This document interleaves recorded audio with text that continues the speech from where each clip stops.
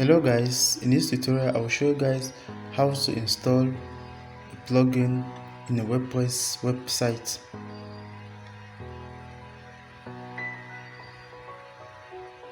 So you simply go to plugin, install plugin and add new. So I'm going to click on this, add new.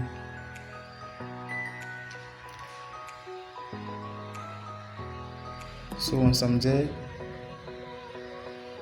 in your right hand side you might ideally see a search box which you can search any plugin you want.